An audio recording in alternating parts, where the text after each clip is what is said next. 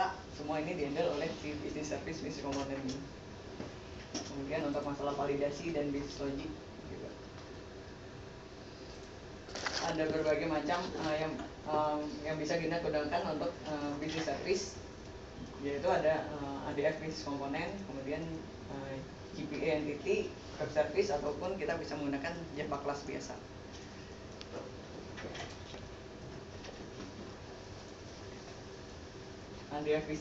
Kita masuk untuk ADF business componentnya, yang biasa kita gunakan kalau kita menggunakan ADF.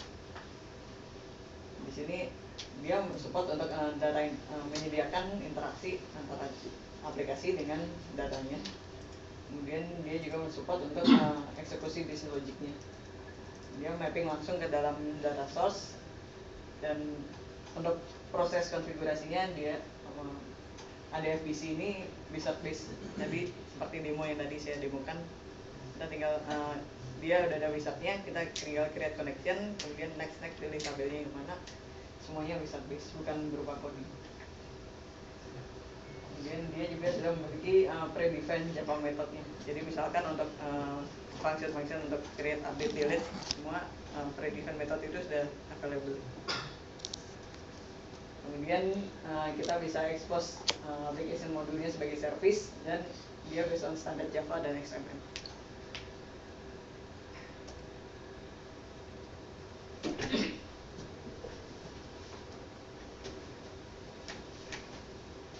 Artifact dari business component sendiri.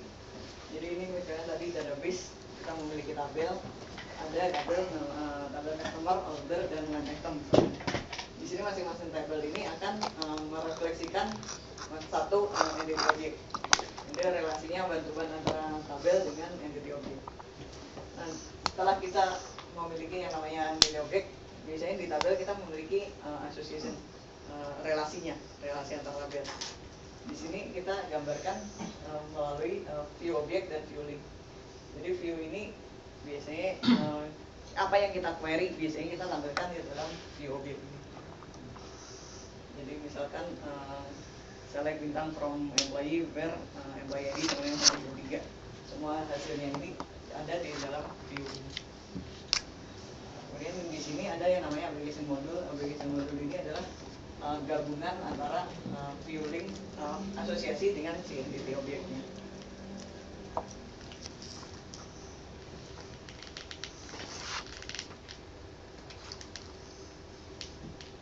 Ini mungkin berbagai istilah di Java yang bisa kita gunakan untuk business service. Jadi misalnya kalau di ADF business component, kita ada yang namanya entity object. Kalau yang biasa menggunakan GPA atau GB, di sini kita mengenalnya sebagai GPA entity. Dan kalau di JDBC biasanya kita menggunakan Java class biasa. Kemudian view object, kalau di GPA namanya GPA name query, sedangkan di JDBC adalah JDBC query. Dan kalau application module di JPA atau GB biasanya namanya session basket. Kalau di JDBC biasanya kita menggunakan Java class biasa.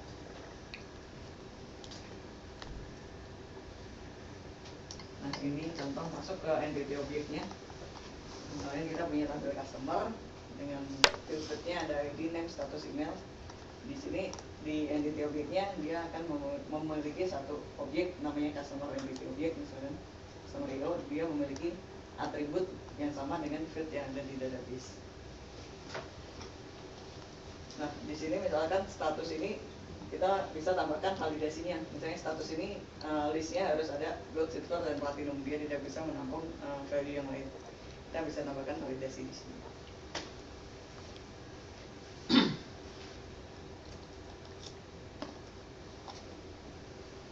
Ini asosiasi ini biasanya dia akan otomatis generate kalau kita sudah mendesain database-nya memiliki foreign key relational. Jadi dia bisa menghandle constraint yang ada di tabelnya ini.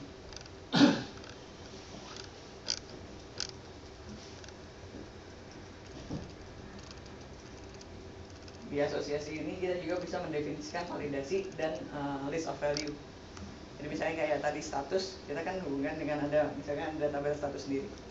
Jadi di status ini kita bisa ketika di formnya nanti kita bisa pilih ketika menambahkan status, kita tampilkan list value dari tabel statusnya tadi. Dengan adanya asosiasi ini kita bisa langsung membuat tabel master detail tabel di interface-nya.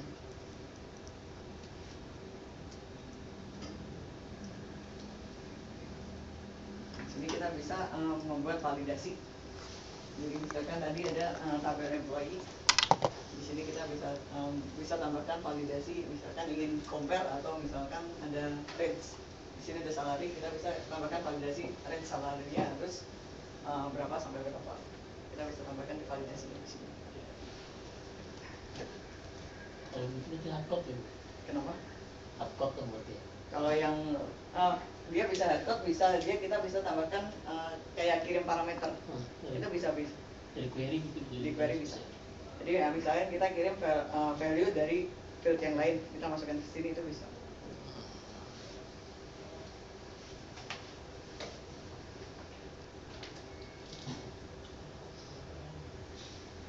Kemudian ini untuk atribut control in. Jadi ini nanti yang akan berhubungan dengan UI-nya. Jadi kita bisa ubah labelnya.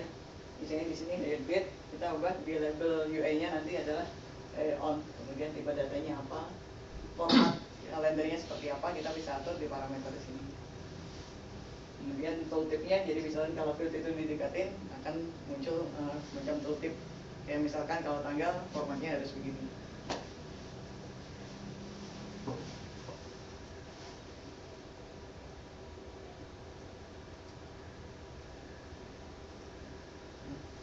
Kemudian masuk ke view object. View object ini yang merepresentasikan query. Jadi misalkan kita ingin join antar tabel, semuanya ini kita buatnya ke dalam view object.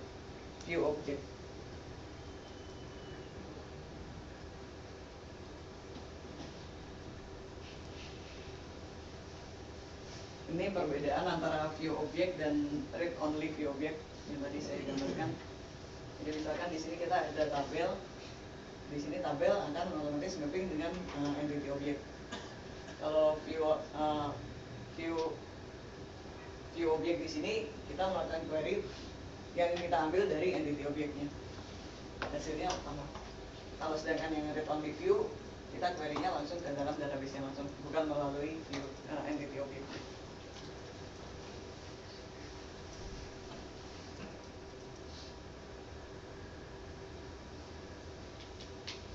Bedanya kalau yang di atas kita bisa gunakan untuk transaksi, jadi kayak insert, update, delete, kita bisa menggunakan yang view object yang di atas. Dan kalau yang di bawah ini sifatnya kita bisa gunakan untuk hanya sifatnya view aja. Kita tidak bisa modifikasi datanya di situ. Kalau kita menggunakan yang read only.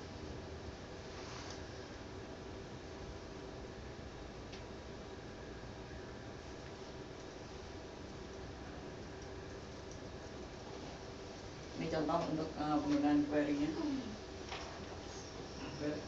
Tadi kalau yang masalah kayak validasi tadi hardcode, di sini kita bisa tambahkan sebenarnya variabel. Jadi variabel ini kita bisa lempar dari misalnya dari field yang lain. Di sini kita definisikan variabelnya.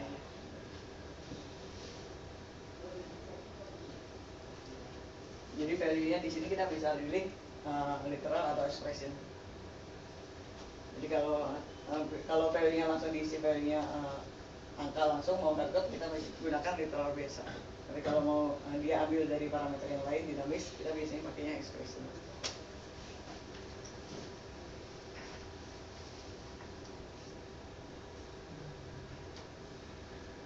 Ini contoh query-nya, multiple query yang kondisinya where-nya lebih dari satu.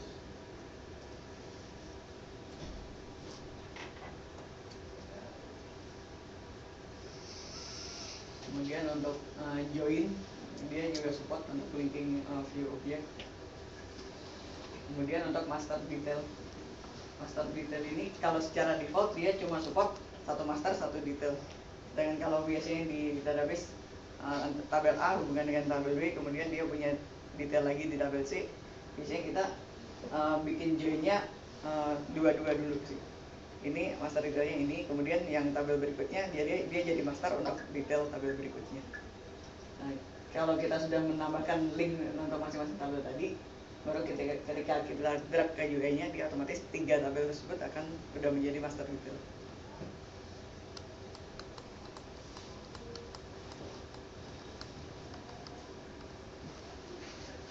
Ini contoh list of value.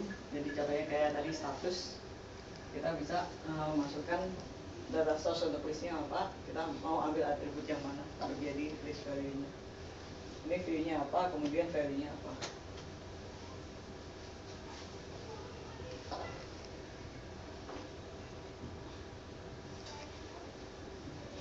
Semua antara entity object dan view object itu semua dibundle ke dalam suatu yang namanya DF application module.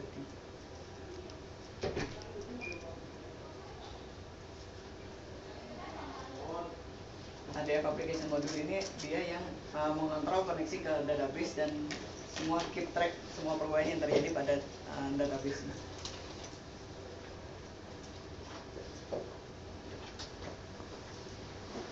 Ini contoh application modulnya. Jadi di dalam application modul ini dia isinya adalah view dan objek.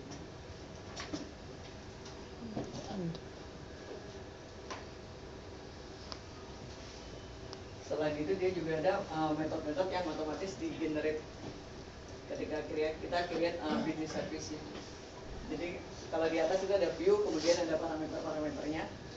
Di sini operation untuk insert, update, delete, kemudian navigation-nya first, last, itu semua otomatis di-generate oleh si business component. Jadi misalnya kita ingin membuat button untuk next tadi, kita tinggal drag aja sekomponen ini ke dalam jadi action satu buttonnya. Itu prosesnya di database atau di Java-nya sendiri? Di Java-nya. Oh, jadi database-nya jadi ringan gitu. Kan sebenarnya kan kita bisa manage ya, kira-kira bebannya itu di aplikasinya, di webnya, atau kemudian di komponen di aplikasi desktopnya ini, atau di Java-nya gitu, atau di Oracle-nya. Kalau di Oracle-nya itu kan berarti setelah diproses Oracle kemudian tinggal diambil view-nya saja, atau kemudian dia ngambil kemudian diolahnya itu di aplikasi kita gitu. Kalau misalnya seperti ini sebenarnya prosesnya lebih diserahkan ke database, misalkan search first dan sebagainya itu diserahkan ke database-nya atau diserahkan kepada aplikasi web kita. Kalau sebenarnya sih dia kayak semacam panggil query ke database sih Pak. Jadi tetap prosesnya panggil ke database menghasilkan record apa ditampilkan di aplikasi. Database-nya berarti ya. Ya. Okay. Cuman function ininya, jadi kita nggak perlu bikin query-nya satu persatu. Ya. Otomatis di-generate. Mempermudah aja gitu ya. Iya.